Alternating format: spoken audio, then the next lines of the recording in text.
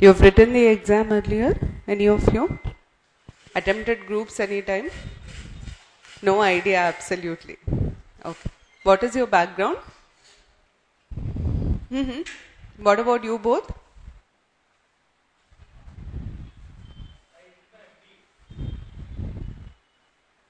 What about you?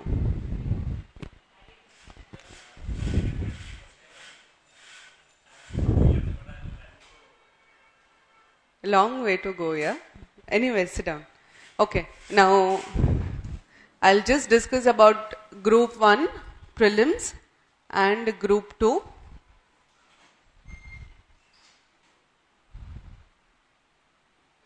Firstly, Group 1 is a 3-stage exam wherein you have prelims. This is like your MSET. You have to clear prelims in order to write mains.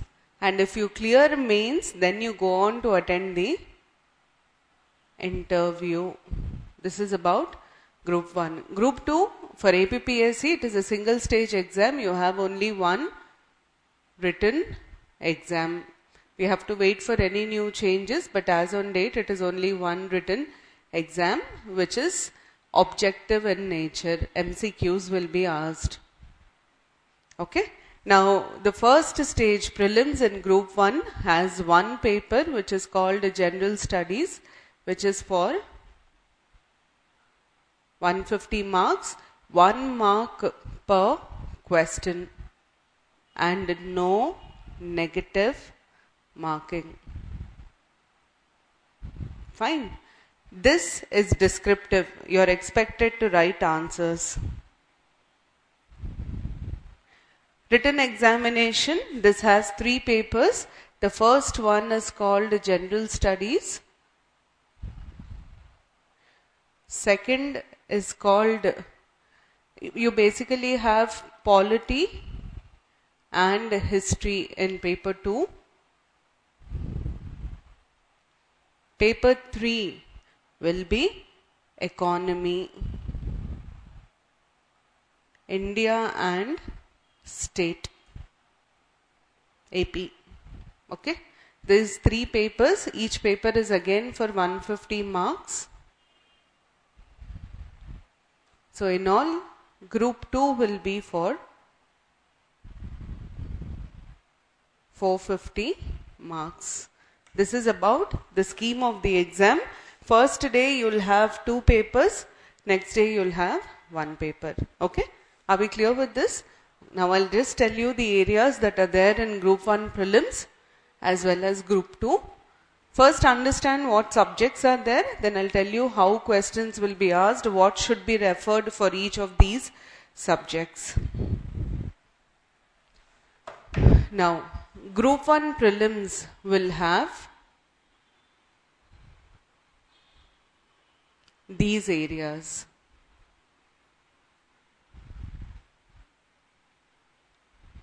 Indian history,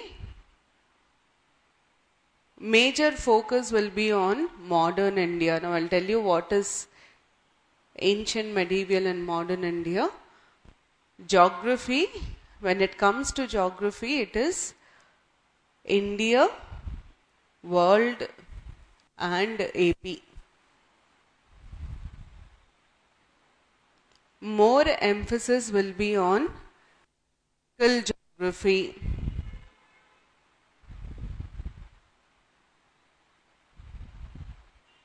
Okay. Then you have what is called as disaster management.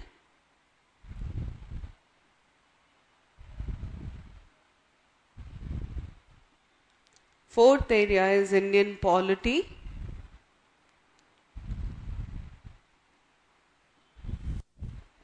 Economy,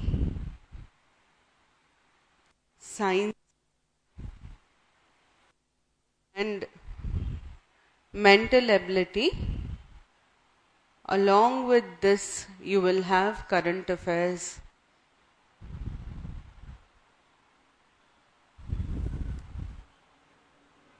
These are the 8 broad areas in Group 1 prelims. Group 2, General Studies, that is paper 1, will have history. It specifically talks about a modern history. That is nothing but Indian freedom struggle, advent of Europeans, Indian freedom struggle, geography, the same, world, India and AP, disaster management, sciences, mental ability, and current affairs.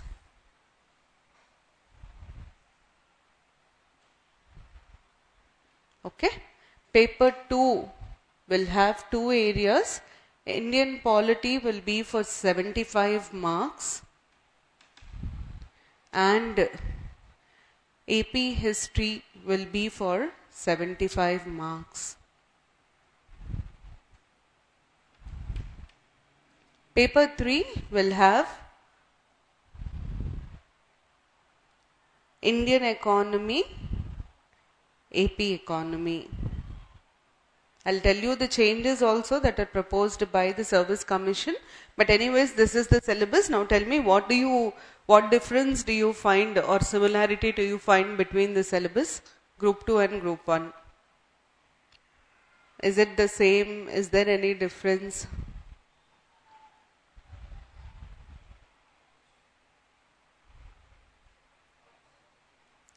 It's almost the same. However, this is only for 150 marks, but that is for 450 marks. So where do you think there will be a lot of depth when we teach? Automatically, we have to be more elaborate in Group 2. Now, think rationally and tell me, if you prepare for Group 2, will you be able to clear Group 1 prelims? But if you prepare for Group 1 prelims, will you be able to clear Group 2? Very difficult. Simple logic. In prelims, polity will be roughly about 15 to 20 marks. We teach polity here, but it will be only for 40 to 50 hours. But when it comes to paper 2 of Group 2, it is for 75 marks and the teaching number of hours will be roughly 120. So it is taught more elaborately there. That is the reason we usually suggest anybody who is writing Group 2, Group 1 will also write Group 2. You'll at least attempt it. So ideally, you prepare for Group 2. It covers Group 1 prelims. If required, you take separate coaching or you prepare separately for Group 1 mains. But there is no point taking Group 1 coaching for Group 1 prelims and Group 2 as well. Clear with this area? Now I'll tell you about each of these subjects. What do you mean by history? We talk about history. What is the meaning of history? How do you say history?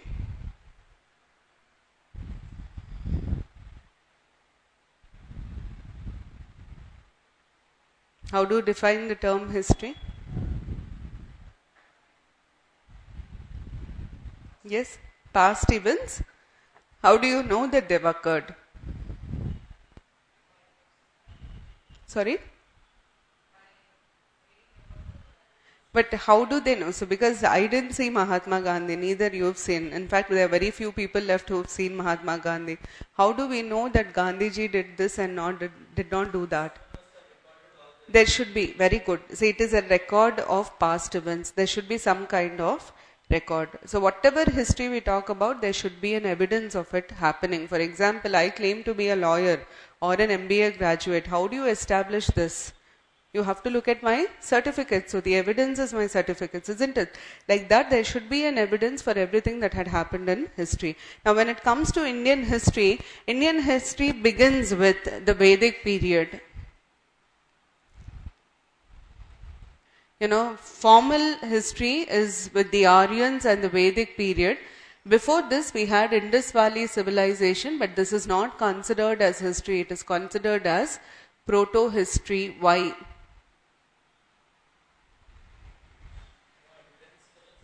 There is evidence. Not problem with the evidence. You have all constructions, you have everything. The problem is, see, we just said it should be a recorded history. Indus Valley civilization has a script. but it has not been deciphered. As on date, we are not able to make out the meaning of the script of Indus Valley civilization. Whereas Vedic period, you have the Vedas, the Puranas and so on, which are quite readable. We can make things, isn't it? Indian history begins with. However, for your exam, as the syllabus that right now goes, you only have modern Indian history. History is divided into 3 phases. Okay? It is divided into ancient, medieval, modern. Now, why is it divided into 3 phases? When it comes to India, the history is divided into 3 phases. Why? What is ancient history? What is medieval history? And what is modern history? On what basis do we divide it?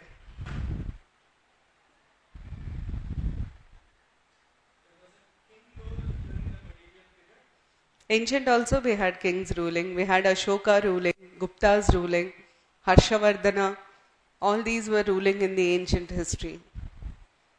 What is the difference between the rule?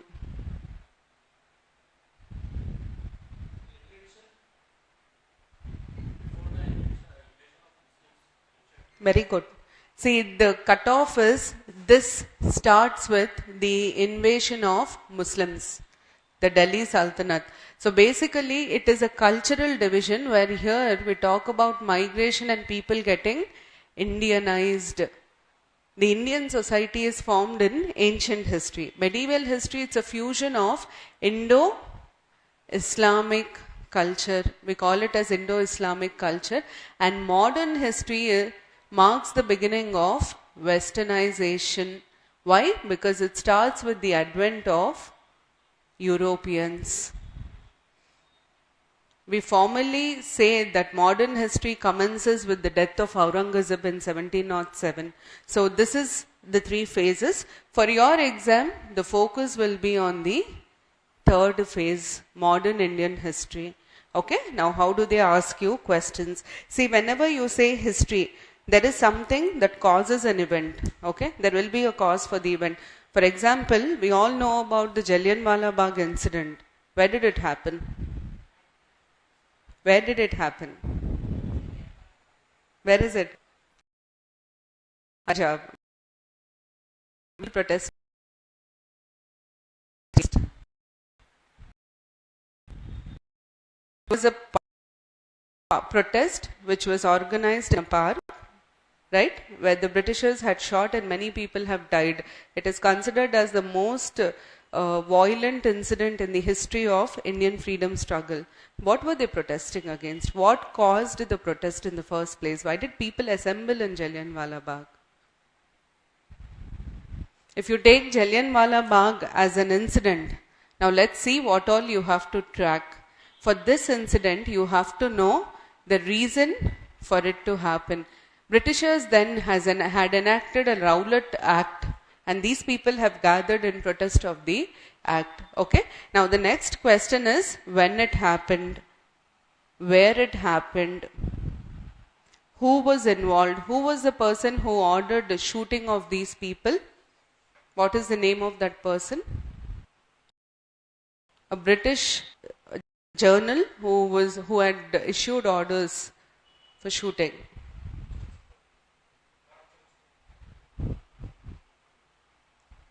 In 1919, Chelmsford was not, it was done locally by the policeman there. What was his name? He was killed later. His name was General Dyer. He issued orders to shoot, and after this, what was the result? Did people react to the Jallianwala Bagh incident? Yes, were there reactions? What were the reactions? One of the most important reaction was from Rabindranath Tagore, who returned his knighthood in protest of the Jallianwala Bagh massacre. Okay, so questions will be, when did Jallianwala Bagh, where did it happen? What caused people gathered to protest what? Okay, and who, for example, Tagore returned his knighthood in protest of which of the following incidents? Focus is on facts. So when you're reading history, you have to connect it. We call this as the chronology of history. You have to connect it and you have to focus more on facts. This is how you have. Best book to read for this is NCERT old edition, not the new ones. You have to look at the old edition. You ask it in the market, you will find it. Please read the old edition. It will give you enough information, but this is how you have to remember. Every event, you have to know the facts connected to the event. This is about history. Now moving on, geography. Geography, as I said, there will be more focus on physical geography. Now what do you mean by physical geography? What is physical geography? By the way, these subjects we have read when we were in school. So they are not really new to us. What is physical geography?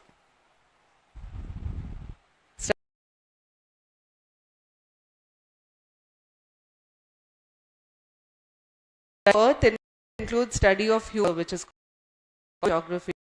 Economy, which is called as economy. What is physical geography? What do you study under physical geography?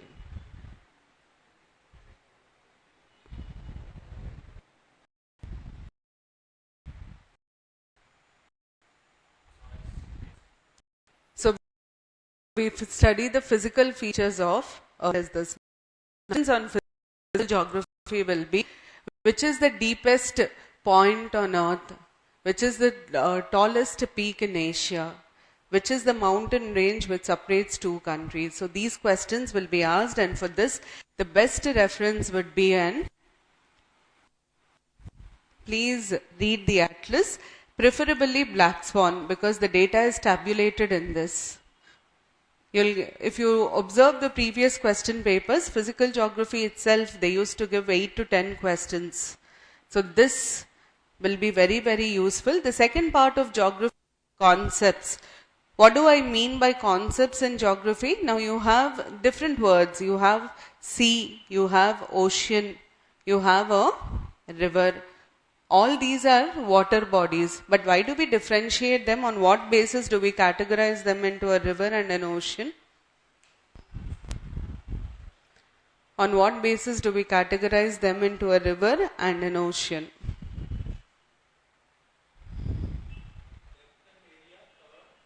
Depth, area covered. What else? There is another important difference.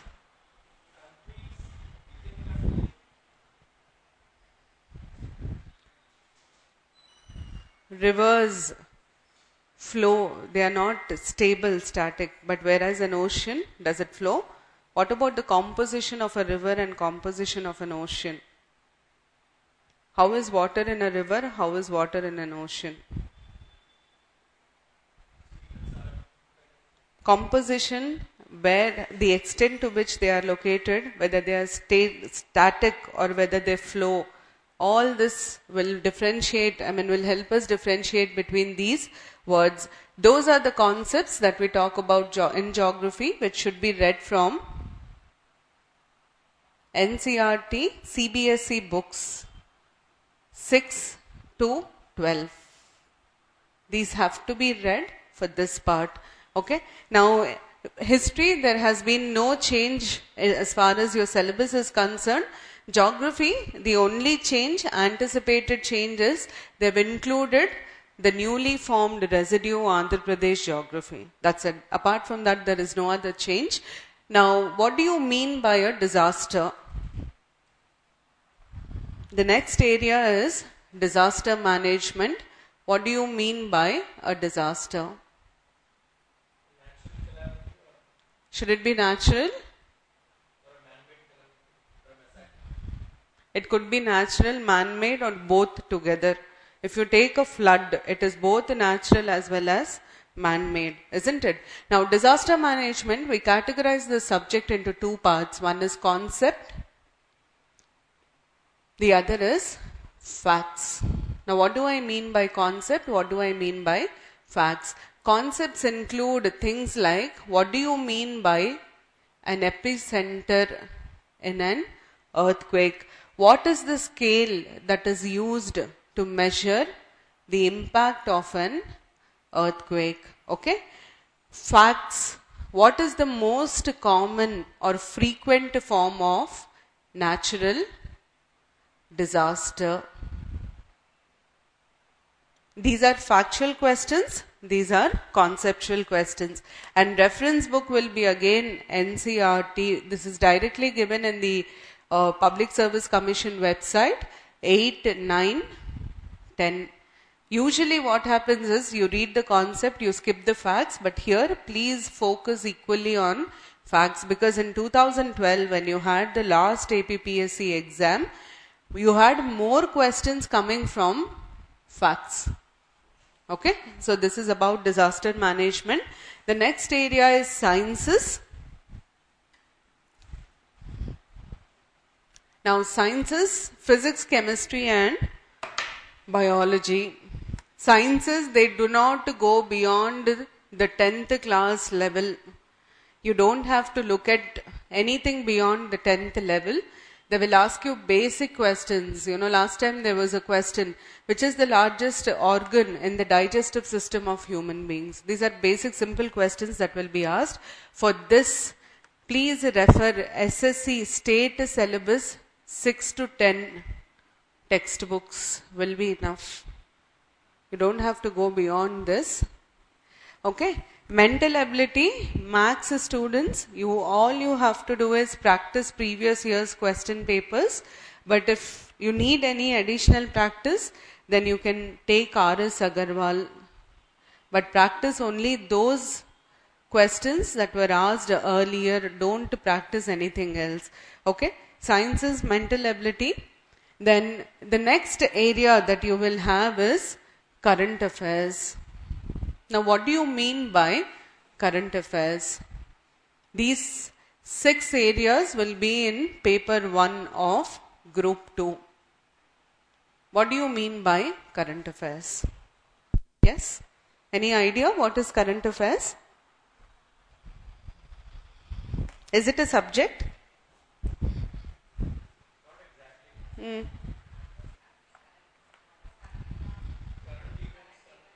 So how do we define them? What is it?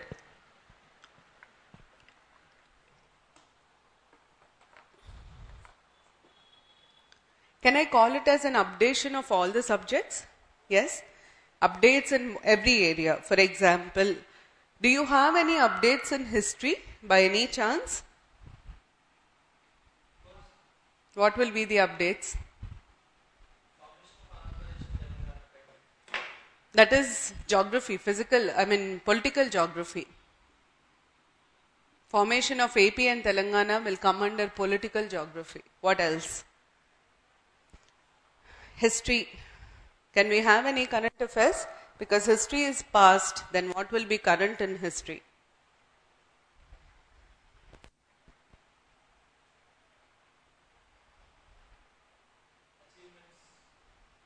What achievements?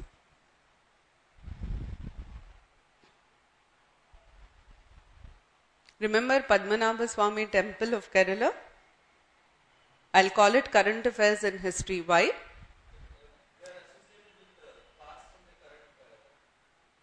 They have discovered a big hoard of treasure, isn't it? So any recent with regard to the past will be important for you.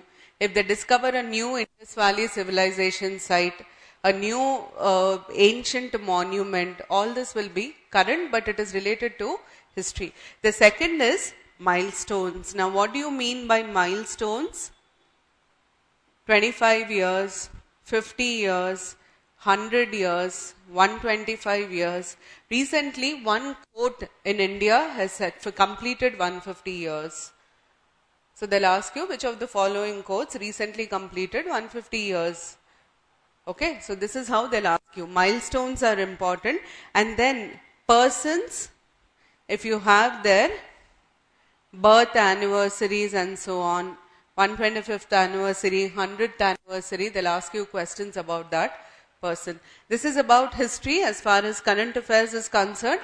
Now geography, already you've told me one thing. When it comes to geography, any new state formed comes under political geography will be asked. What else will be current affairs in geography?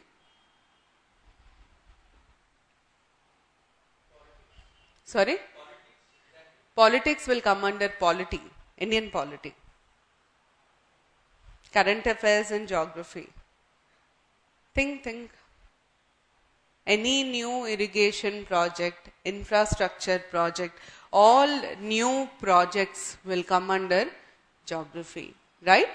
Third area, any report of any agency like International Meteorological Department, National Disaster Management Authority. If there is any report issued by them, it becomes current affairs. The highlight of the report will be asked. For example, IMD last time in 2012 declared 2012 to be the hottest year till date. That was asked in your exam. So the highlights of the report will be asked. Another thing that will be asked, since environment is not dealt separately, another thing that will be asked with regard to environment is census. Do you have census in environment?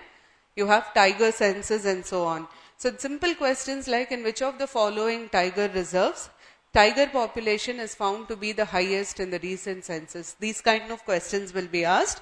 Then there will be questions on asteroids, eclipses, and so on. Very, very important. Any new asteroid discovered, any eclipse, recent eclipse, they'll ask you the date. Usually in news you read 100 years ki okasari ustadi, 150 years. It is a very rare eclipse. Such eclipses, the date will be asked. Okay. Apart from this, you have conventions in environment. What are conventions in environment? Any convention you know of in environment?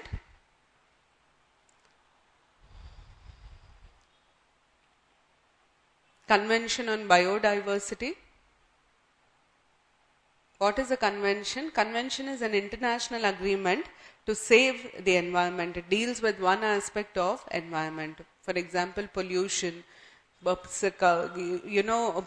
the biodiversity against chemical pesticides and so on. So each agreement deals with one thing or the other.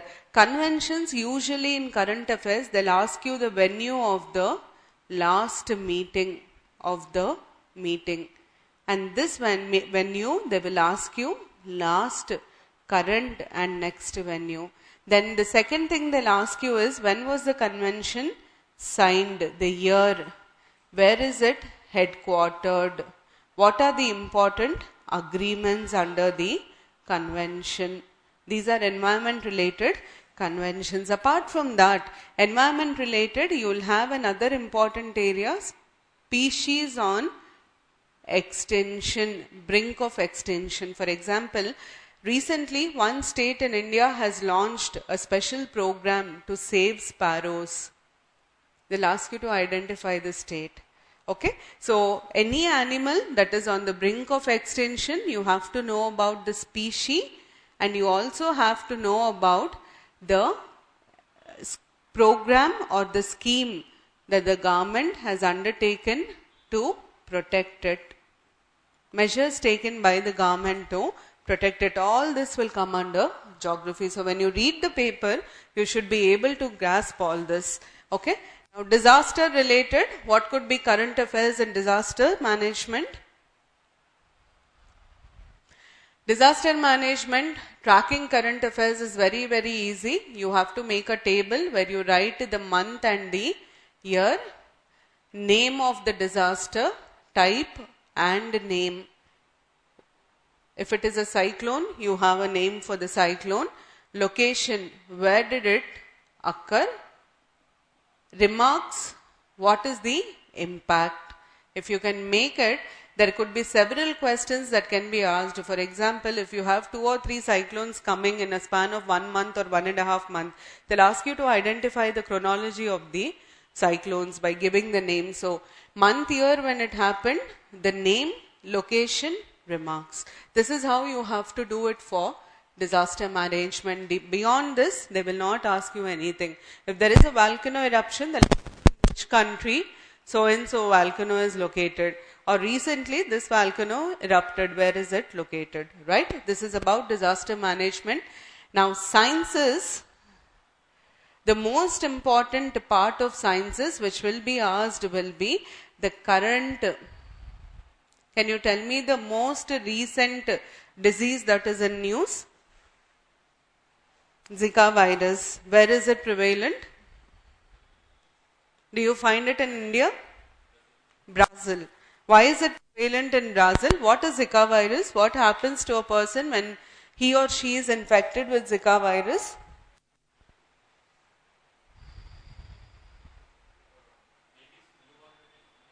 Whom does it affect the most? Pregnant women and infants.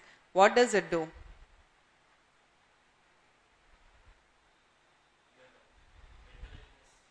Causes mental illness. How? It reduces the growth of the brain, the head, isn't it? So all these will be questions that will be asked. What type of a disease is it? How does it spread? Where is it more prevalent?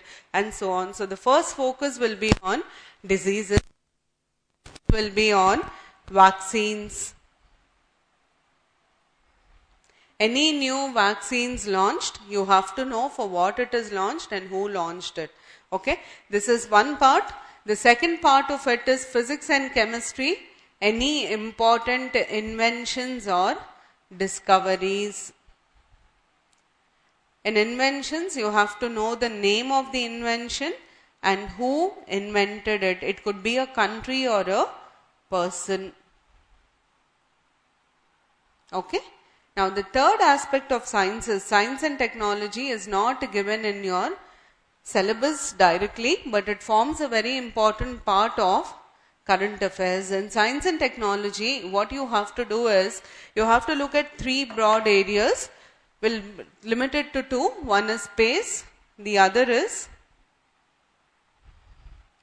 defense. Now when you're looking at these two, what should you know? The first thing you should know is launches.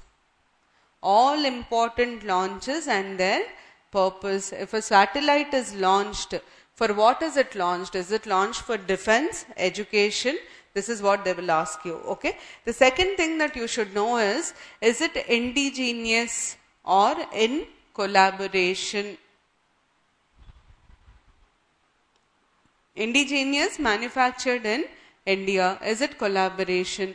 This is the second thing that you have to know as far as space and defense is concerned. The third is any new institution established, location of the institution. These three are the broad areas that you should know in science and technology. Alright? Now moving on, as I tell you about paper 2, I'll also tell you the current updates that should be followed in polity. But before that, one area where there will be at least 4 or 5 current related questions is international affairs. And this we divide into two. One is India and the world. So whatever India does, here we cover it. The other is what is happening around the world, which might not be related to India. Now how do you track this? This part, the first thing you have to track is visits. Narendra Modi is perhaps the most toured Prime Minister of India. Whenever he is visiting, you have to make a small table where you track the month, place, where, who visited, somebody coming to India or somebody going abroad. So if they are coming to India, from where are they coming and who came to India? What were the agreements signed during the visit?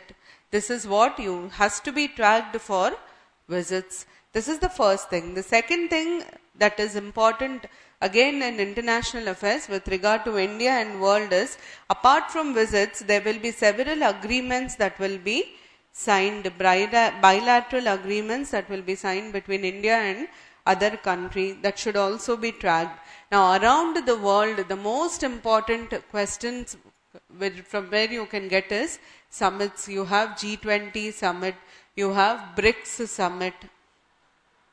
You should know the first question will be on the venue, last venue, this year's venue, next venue. Then if any agreements are signed, you have to know about the agreements. The second aspect of it, of course, is any agreements, important agreements that are signed between two or more countries. You have to know about these agreements. This is about international events. Now moving on to paper 2. As I said, you have two areas in paper 2. One is polity, the other is state history. Now in your syllabus, there has been substantial change in polity and state history, AP history. Now I'll tell you what are the changes first. Before that, what do you mean by polity? What is polity? What do you study here? If you are from SSC, you remember studying civics in school. What did you study under civics?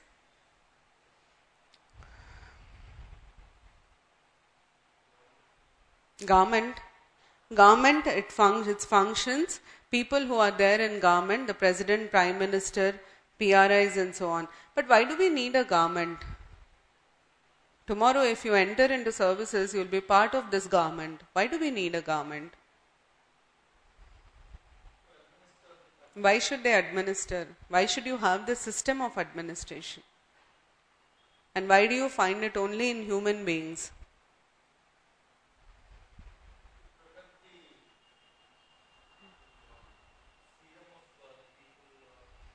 Is it only to protect the freedom and rights? Imagine you are a family of 4 people. Will all the 4 have the same ideology and aspirations in life? Different, right? Now when you have different ideology and aspiration, you live together, is there a scope for conflict? Yes? In every family you have certain rules and regulations? Yes, no? Yes, why do you need these rules and regulations? In order to ensure that one's aspirations do not deviate or hurt the other's sentiment. See, government and family, if you compare it, it becomes very easy to understand. For a family, there will be a head of family. Why do you need this head? Human beings are social beings and they live together in groups. However, the problem is all human beings are not the same. When you live together in groups, you need somebody to direct the group. That direction for a family is given by the head. For a country is given by the government. Right?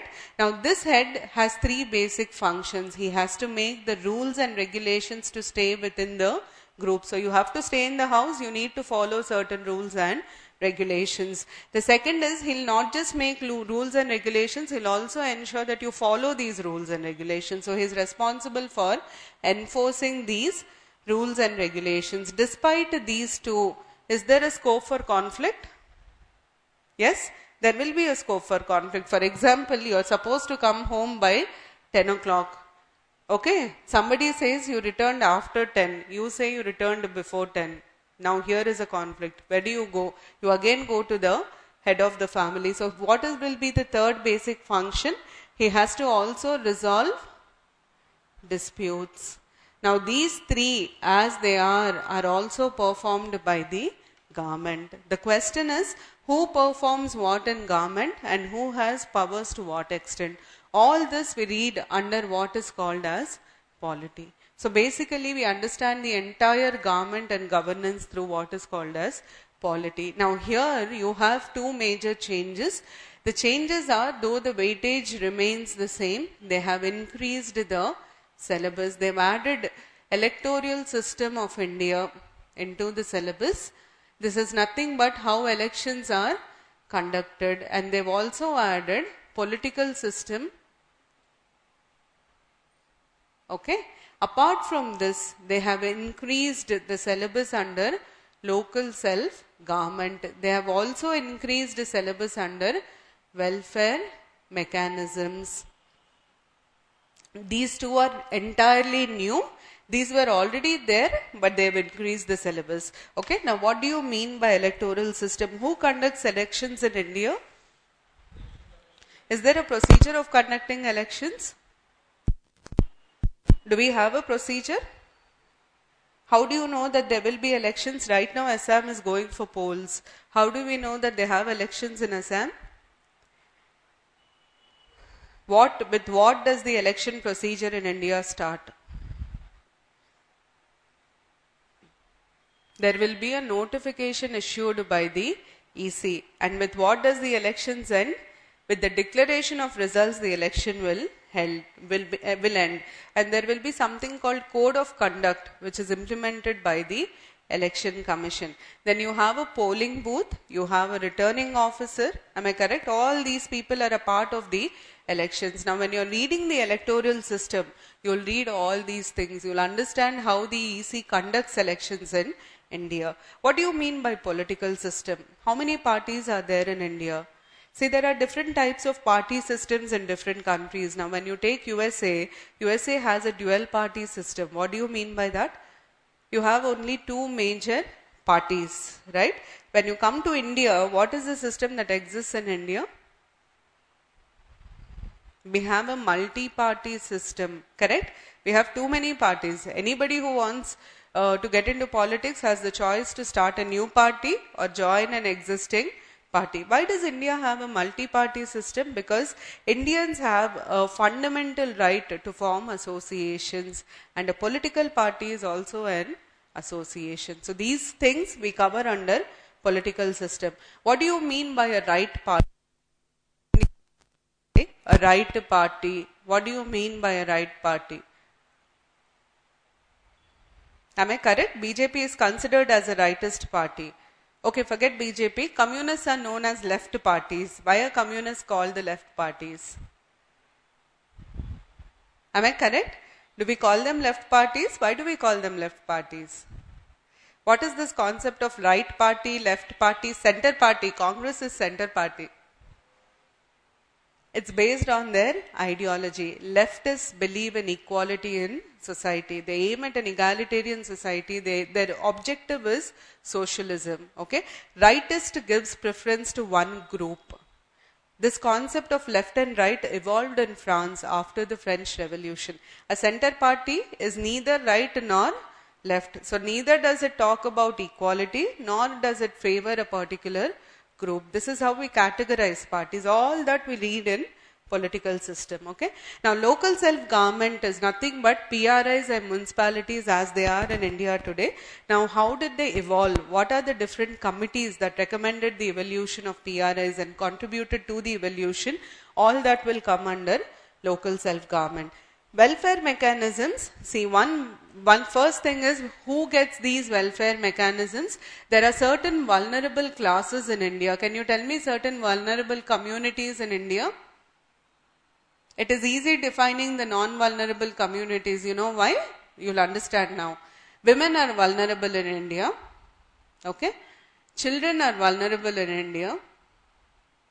SCs, STs, BCs, minorities, anybody left out? Disabled, senior citizens, all these are the vulnerable sections for whom you need welfare mechanisms. So who is that one entity who is left out? I will categorize it and say that the OC men are left out, otherwise everybody else is included, right? Now for all these people, there are certain institutions. For example, women have National Commission for Women. You have a National Commission for Protection of Child Rights, National Commission for SCs, National Commission for STs, National Commission for BCs. You have to know about all these institutions and the laws that are made by the government for their protection. This comes under welfare mechanism. Okay, this is about polity. Now history is the biggest point of contention because TSPSC has completely changed Telangana history. But one thing that we have to understand is, see, in Telangana history or AP history will depend by and large on Indian history, okay? And like Indian history, AP history is also divided into ancient, medieval, modern, okay? Now when it comes to ancient history and medieval history, you will not find major changes. Why? See, when the kings were ruling, did they demarcate and rule that this is Telangana and this is Andhra? In fact, some of them ruled over other parts of the other states as well. So ancient and medieval, you will not find major changes, except that ancient Satavahanas were the most important kings in the Telangana region, who also ruled over Andhra. This is eliminated from your syllabus. Medieval, Kakatiyas are the most important rulers in Telangana. This is totally eliminated from your syllabus. Medieval, Vijayanagara Empire is very, very important in Andhra. This is there in Andhra, this is not there in Telangana. So what they have done, whatever has had its power center in Andhra has been included. Whatever was ruling, whichever dynasty was ruling from Telangana, the entire place that has been removed. This is the only change. But modern India, you will have a substantial change. The reason is Andhra region was under the British rule. Telangana region was under the Nizam rule. So substantially, this is drastically cut down and this has been increased. Okay. The other addition to this is the events that happened from 1956 till 2nd June, we should say 8th June 2014, until the formation of residue Andhra Pradesh. Except this, I don't see, if you ask me, I'll say that there has been about 40% change with little addition in the syllabus. Apart from that, nothing has changed. Now, paper 3, economy, India, by and large remains the same. State economy, AP economy is also the same, but it is restricted to the newly formed residue Andhra Pradesh. Apart from this, there is no much change in economy. The topics by and large remain the same. We will find only about 15 to 20% change in economy. This is about your syllabus. Now coming to current affairs and polity, you will have many important new laws made every day by the government. There will be questions on the recent legislations. In polity, current affairs will be newly enacted laws. And we make changes to the constitution. These are called constitutional amendments. They will ask you the constitutional amendment number and purpose, and then there will be commissions appointed by the government for different purposes. What was the purpose of Sri Krishna Commission? Sri Krishna Committee? Was it to separate? Sri Krishna. If I ask you what is the purpose of Kamal Nathan Committee, then you should say that it is to separate the employees. Sri Krishna Committee was not for separation. What was it for? Sri Krishna Committee. See the possibilities of, basically it was appointed to resolve the issue of Andhra and Telangana, to recommend on whether it can be bifurcated or not. Okay. Now coming to capital state, who headed the committee appointed by the AP government to identify the capital? Which minister from the AP cabinet? Narayana was the head of the committee appointed by the AP government to identify the capital region. Okay, so this is how they'll ask you. Question will be purpose of the committee, who was the head of the committee. Okay, apart from that, there will be questions on elections. There will be questions on appointments. A new chairman is appointed to Human Rights Commission. They'll ask you, if the CJ of India is newly appointed, they'll ask you to identify the person. So all this will come under polity. Okay. Now coming to economy. Economy, the most current and important area will be the budget. And never ever write your exam without reading the economic survey. And surely you will get questions from these three areas together will give you at least 20 to 25 marks in your exam out of 150. Very, very important. Census, they will always ask you a comparison between 2001, 2011. Okay, and since it's a newly formed state, questions will be which district of AP has the highest literacy rate, lowest child sex ratio, highest population density. These are very simple, and all these you will get in the economic survey report. Okay, this is about your syllabus. This is about the approach to these areas. Now tell me if you have any doubts, you can ask me.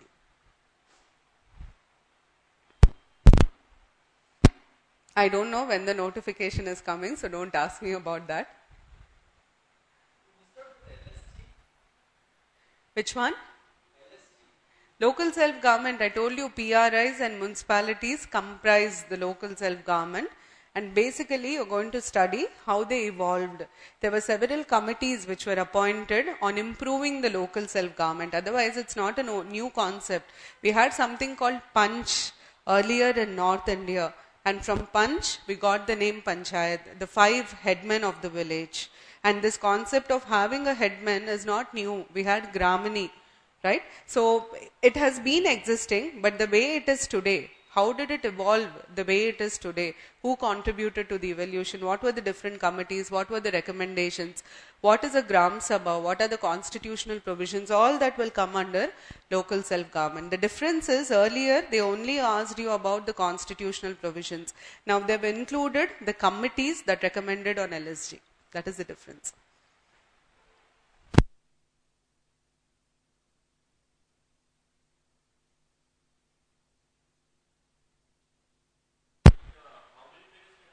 See, it is not about, it is about content. They ask you to write 250 words or 300 words, otherwise you won't be able to finish your paper.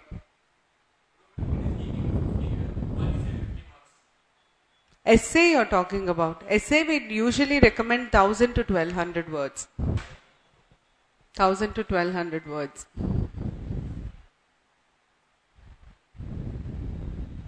Yes?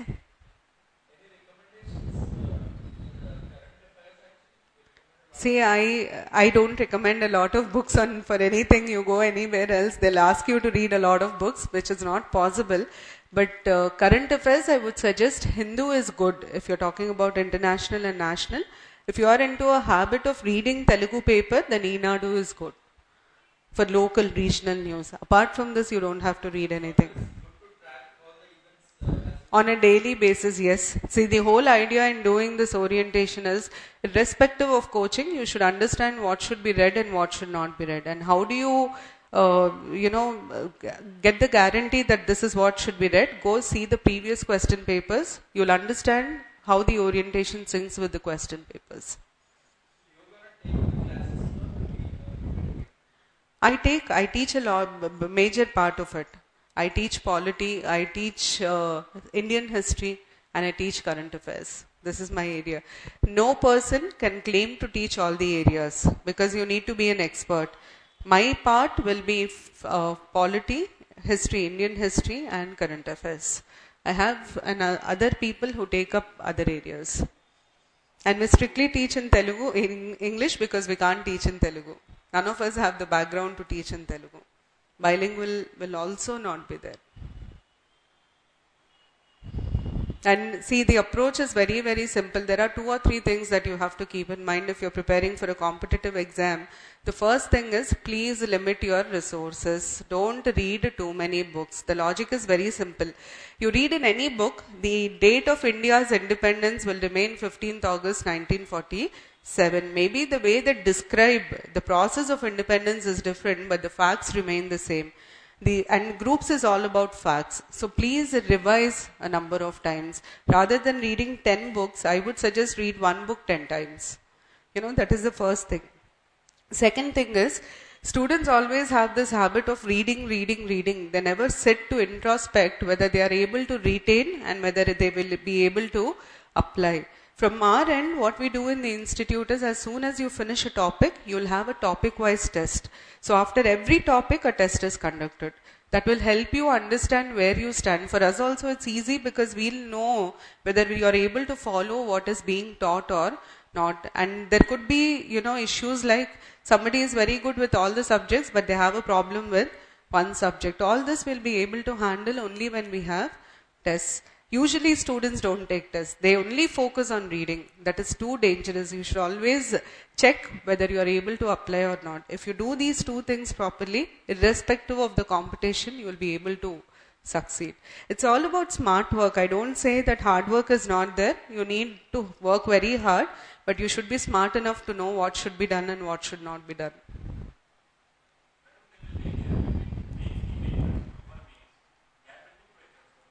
There will be a gap. Civil services does not give gap, but groups gives gap. One day. But the gap will not really make a difference. There is a lot of difference between graduation and competitive exams. In graduation, what happens is your lecturer will give you 15 or 20 questions. You read those 15-20 questions, 5 or 6 will come in the exam. You write, you come out. Okay? But in competitive exams, you don't know from where they will ask the question. The second difference is, in degree, your weightage of papers will count. That fellow took 6 additionals, I took only 4 additionals. So he's going to score more than me, kind of approach we have. But in competitive exams, the content matters. It's not about the papers. So merely filling in papers will not get you marks. Content, if you want it to be up to the mark, you have to practice a lot of answer writing. Without answer writing practice, you can't clear mains.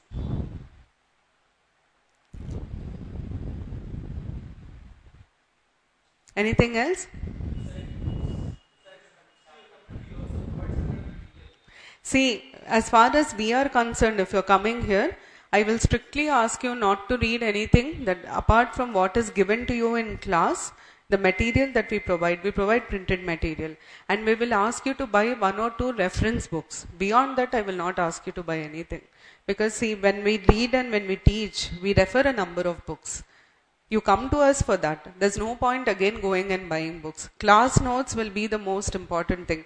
I will not guarantee 100%, but 80% will come. Last time Group-2 2012, out of 75 marks, my notes, nearly 66 questions have appeared. So till there, I can guarantee.